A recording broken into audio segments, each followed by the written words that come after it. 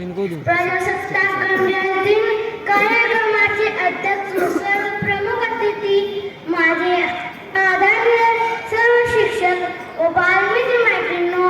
इंग्रजांच्या राजवटीनंतर सरदार वल्लभभाई पटेल यांच्या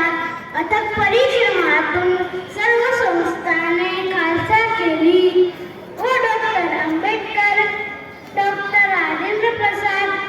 पंडित नेहरू, मौलाना आझाद, डॉक्टर सरोजिनी नायडू आणि स्वातंत्र्य चळवळीतील अनेक नेते या संविधान सभेचे सभासद होते. संविधान निर्मितीसाठी सभेचे